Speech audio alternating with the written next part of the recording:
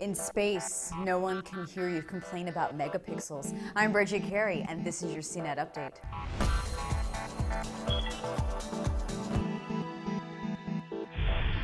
The Curiosity Mars rover was a $2.5 billion project and a technological feat.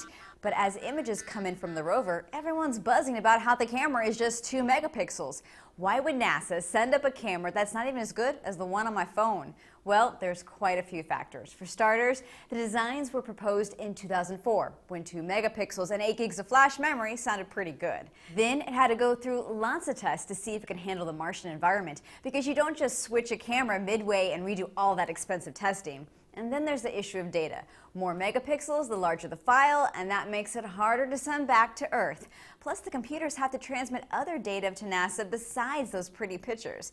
But don't you pout, they'll still be getting some great images. Since everything is so still on the surface, it can easily stitch together clear panoramic shots. As the juicy courtroom battle between Apple and Samsung continues, CNET has learned that Google has been quietly helping out Samsung. Google has kept a low profile in this fight over patents and accusations of copying designs. But Google has not abandoned its popular Android partner. Google has coordinated with Samsung over legal strategies, with advice, doing some legwork, and for searching for prior evidence.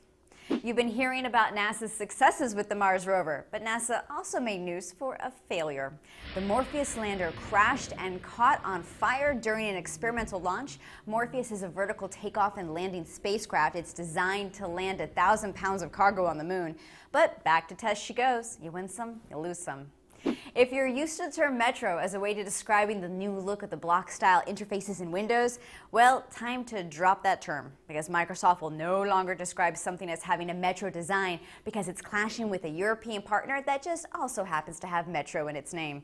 So it's just Windows 8, no fancy little terms, just keeping it simple. And how about we end the show with a super cute attack? The Angry Birds franchise is teasing us with a new bird character. This time, it's a little pink sweetheart that blows bubbles.